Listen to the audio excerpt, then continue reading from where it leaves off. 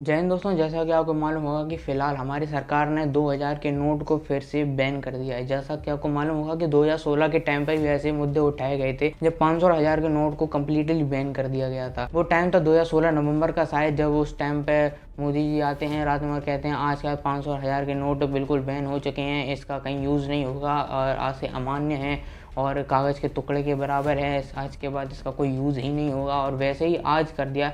हालांकि वैसे नहीं किया है कि उन्होंने कहा है कि भाई 30 सितंबर तक आप इसको बैंक में जाकर कर सकते हैं और अभी इसका ट्रांजैक्शन चलता रहेगा, बिल्कुल कम्प्लीटली बैन नहीं किया गया है। और इसके पीछे काफ़ी सारे लोग अपनी अपनी बातें बता रहे हैं। कई सारे लोग जो हैं लेफ्टिस्ट पार्टी के और जैसे अरविंद केजरीवाल वगैरह, वो लोग कह रहे हैं, इसको काफ़ी ज़्यादा क्रिटिसाइज़ कर रहे हैं कि ये बहुत ज़्यादा गंदा डिसीज़न है। कुछ लोग मीडिया को ट्रोल कर रहे हैं कि फिर से वो चिप वगैरह वाली बातों को उठा के, और हम इस वीडियो में बात करेंगे क्या वो चिप वाली बातें सही हैं और क्या यहाँ पे बीजेपी या फिर कहीं जो कि सरकार है, हमारी गवर्नमेंट है, सेंट्रल गवर्नमेंट, उसकी क्या गलतियाँ हैं और क्या ये मास्टर स्ट्रोक है। जैसा कि लोग कहते हैं, बीजेपी के सपोर्टर कहते हैं भाई ये मास्टर स्ट्रोक है, बहुत अच्छा स्ट्रोक खेला है हमारे नरेंद्र मोदी जी ने, एकदम विजनरी प्राइम मिनिस्टर हैं। क्या ये इस वीडियो में जाने। अगर आपको ये वीडियो अच्छी लगे या फिर हमारा काम पसंद आए तो इस वीडियो को लाइक करके उस चैनल को भी सब्सक्राइब जरूर करना। हम चलते हैं इस वीडियो। तो अगर शुरुआत से ही बात करें तो शुरुआत में जब 2016 का टाइम था तो उस टाइम पे 500 और 1000 के नोट काफ़ी चलते थे, मतलब कि हर जगह ज़्यादा से ज़्यादा ट्रांजेक्शन जो होता था वो 500 और 1000 का ही होता था या फिर जो छोटे मोटे नोट थे उनमें होता था। पर 2016 के टाइम पर उनको बैन कर दिया गया और 500 के नए नोट और 2000 का नोट सामने आया। उस टाइम पर उसकी काफ़ी सारी प्रिंटिंग हुई थी। इतना ही नहीं, 500 के कम बनाए गए थे और 2000 के थोड़े ज़्यादा लिमिट में बनाए गए थे, जिससे 2000 की ट्रांजेक्शन ईजिली हो सके। उस टाइम पर जब ये बैन किए गए थे और तो काफ़ी सारे लोग इसको क्रिटिसाइज कर रहे थे कि बेमतलब में अपनी तानाशाही झाड़ रहे हैं, बेमतलब में करेंसी को बैन कर दिया और अपनी तरफ से नई करेंसी बना रहे हैं। और काफ़ी सारे लोग उसके सपोर्ट में थे कि भाई बहुत अच्छा मास्टर स्ट्रोक खेला है, ये करप्शन को मिटा देगा, ऐसा कर देगा, वैसा कर देगा। और वहीं पे कुछ मीडिया थी, जो मूर्ख मीडिया थी, वो कहते हैं भाई इसके अंदर चिप लगी है, जहाँ पे एक 5-6 गड्ढे इकट्ठे हो जाएंगी तो सीधी इन्फॉर्मेशन आरबीआई को मिल जाएगी, वहाँ पे वो रेड मार देंगे और एकदम से रुपये इकट्ठे कर लेंगे। तो क्या इसमें सच्चाई है? तो मैं कहता हूँ चिप वाली बात, तो मैं कहता हूँ जो लोग मूर्ख हैं, जो एकदम भ्रष्ट हैं, वही करते हैं। क्योंकि एक नोट में आप चिप कैसे लगा सकते हो? आप अगर उसको रोल बनाएंगे तो भाई सब चिप तो टूट गई ना। ऐसी कौन सी चिप है जो एक नोट के अंदर लग जाए? एक कागज़ के टुकड़े के अंदर चिप कैसे लग सकती है? अगर आप थोड़ा भी अगर मेंटल हो तो ही आप ऐसी बात, अगर आपके अंदर थोड़ा भी दिमाग है तो आप समझ जाएंगे भाई साहब ये बहुत ज़्यादा मतलब कि नीचे गिरे हुए जो मंद बुद्धि लोग हैं ना, वो ऐसी बात। वहीं पे इन लोगों की बातें होती हैं कि भाई करप्शन हट जाएगा। तो मैं कहता हूँ कि करप्शन काफ़ी हद तक इस चीज़ से कंट्रोल में आया था। आप जैसे कि समझ सकते हैं कि कई सारे लोग होते हैं वो रुपये दबा दबा के रखते हैं। उस टाइम पर जब हुआ था तो उनकी मतलब कि जो कुछ भी दबा हुआ था वो तो बिल्कुल ही बकवास हो गया ना, उनके लिए तो कागज़ के टुकड़े बचे।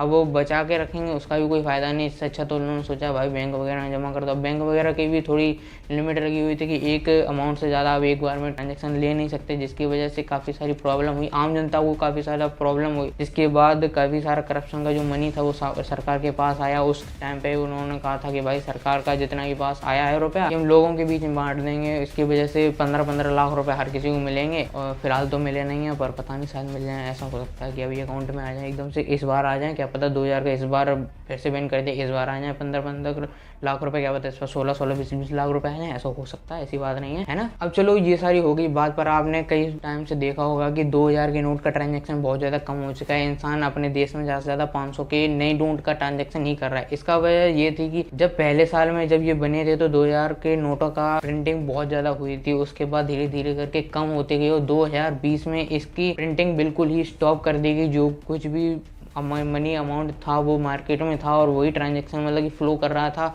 और अपने तरफ से कोई आरबीआई इस चीज़ को प्रिंट कर ही नहीं रही थी, जिसकी वजह से 2000 के नोट का आपने भी कई बार देखा होगा कि 2000 के नोट मिल ही नहीं रहे हैं, क्योंकि उसकी प्रिंटिंग बहुत ज़्यादा कम कर दी गई थी। 500 की प्रिंटिंग बढ़ा दी गई थी और 2000 की प्रिंटिंग तो बिल्कुल ही बंद कर दी गई थी, जिसकी वजह से किसी को 2000 के नोट मिल ही नहीं रहे थे। पर यहाँ पे फिर से वही बात आ जाती है कि जब 2000 के नोट नहीं बन रहे थे, चलो कोई बात नहीं, तो उस टाइम पे बैन क्यों किए? अगर चलो उस टाइम पे 1000 के नोट बैन कर दिए और 2000 के ले आए तो चलने देते, फिर से बैन क्यों कर दिया? आखिर ऐसा कि मतलब कि उन्हें मूड स्विंग्स आ रहे हैं। तो जैसा कि मैंने आपको बताया कि 2020 में इसकी प्रिंटिंग बंद कर दी गई थी, जिसके बाद जितनी भी रेड हुई तो उन्हें पता चला कि सबसे ज़्यादा अमाउंट जो कैश था इंडिया करेंसी में वो सबसे ज़्यादा 2000 के नोट का था।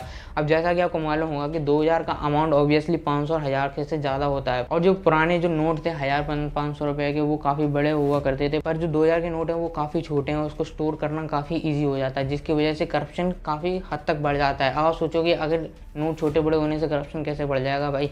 तो आप भी खुद भी सोचिए कि हमारे यहाँ पे करप्शन कैसे होता है। कई सारे हमने रेड मूवी देखी होगी, कहीं छत में दुबकाए रखे हैं, कहीं ज़मीन के अंदर गाड़े हुए हैं, कहीं दीवारों में चिपकाए हुए हैं। इसी की वजह से 2000 के नोट को स्टोर करके रखना और बचा के रखना काफ़ी ज़्यादा ईजी हो जाता था, जिसकी वजह से लोग इसको काफ़ी ज़्यादा दबा के रखते थे, जिसकी वजह से करप्शन ऑब्वियसली बढ़ जाता था। और इतना ही नहीं, जितनी बार भी रेड हुए हैं उनके पास हमेशा यही आया है कि 2000 के अमाउंट बहुत ज़्यादा हैं। कई सारे नोट जितने भी हैं वो कैश में 2000 के नोट ही ज़्यादा हैं इन कंपैरिजन टू 500 रुपीज़ के नोट से, मतलब कि आप समझ रहे होंगे। इसकी वजह से फिर से अभी नया रूल निकाला गया है कि 2000 के नोट को बैन कर दिया जाएगा। मतलब 30 सितंबर 2023 तक आपके पास जितने भी 2000 के नोट हैं आप बैंक 20-20 हज़ार 50-50 हज़ार जितना भी अमाउंट है आप चेंज करवा सकते हैं। पर जैसा कि 2016 के टाइम पे हुआ था, कम्प्लीटली बैन एकदम से इनिशियल बैन नहीं किया गया है कि आज के बाद से कभी चलेगा ही नहीं, ऐसा तो है नहीं। 30 सितंबर तक आप कर सकते हो। उनका मेन मोटिव ये है जितना भी जो 2000 के नोट हैं जो स्टैम्प पे फ्लो हो रहे हैं मार्केट में वो सारे फिर से बैंक के पास आ जाएं, और जिसके बाद वो अलग 500 वगैरह की प्रिंटिंग शुरू कर सके और करप्शन भी बाहर आ सके। मतलब कि 2000 नोट 30 सितंबर के बाद जो मतलब कि बिल्कुल भी अमान्य हो जाएंगे उनका सच सामने आने लगेगा, जैसा कि 1000 और 500 के नोट के साथ हुआ था, बिल्कुल भी वैसे ही यहीं पे होगा। पर यहाँ पे कई सारे लोग इस चीज़ से खिंचाए हुए हैं। अब आप ये ट्वीट पढ़ सकते हैं जहाँ पे अरविंद केजरीवाल काफ़ी ज़्यादा क्रिटिसाइज़ कर रहे हैं नरेंद्र मोदी को, और कई सारे लोग हैं वो नरेंद्र मोदी को बेवकूफ़ या फिर अहमद बुद्धि बता रहे हैं, कि तानाशाह बता रहे हैं कि अपने मन पे आगे कभी भी ये बैन कर देते हैं, कभी भी चालू कर देते हैं। तो ऐसा नहीं है। नरेंद्र मोदी कई बार कहते हैं भाई ये हमारा अकेले का डिसीजन नहीं होता है भाई, और ये सही बात है। नरेंद्र मोदी अकेले डिसीजन नहीं ले सकते, उनके साथ काफ़ी कमेटी के लोग होते हैं वो डिसीजन लेते हैं, भैया अगले इंसान ले नहीं सकता ना। और ये सही बात है, फिर से बैन कर दिया, इससे ज़्यादा कोई प्रॉब्लम होगी नहीं और इतने ज़्यादा लाइन वगैरह की प्रॉब्लम नहीं होगी, क्योंकि अभी उन्होंने काफ़ी सारा टाइम दे दिया है। पिछली बार गलती ये की थी कि एकदम से बैन लगा दिया, जिसकी वजह से काफ़ी ज़्यादा नॉर्मल लोगों को, जो आम आदमियों ने काफ़ी ज़्यादा प्रॉब्लम हुई थी। पर इस बार मेरे ख्याल से उतनी ज़्यादा प्रॉब्लम नहीं होगी, क्योंकि काफ़ी ज़्यादा टाइम दिया है कि आप बैंक में जाके अपना मनी फिर से रिटर्न ले सकते हो, बैंक में जमा करवा सकते हो।